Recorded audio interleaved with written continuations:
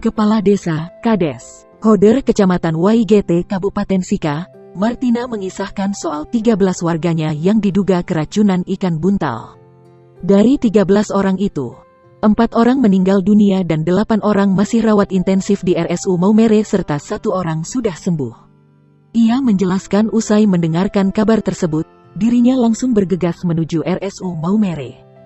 Saya setelah dapat laporan dari warga langsung ke RSU Maumere.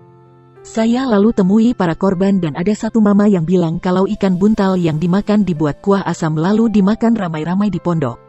Mereka makan di pondok karena hari Minggu jadi duduk santai sambil cerita, ujar Kades Hoder, Martina kepada Pos Kupang, Kom di RSU Maumere, Minggu tanggal 27 Juni tahun 2021 malam.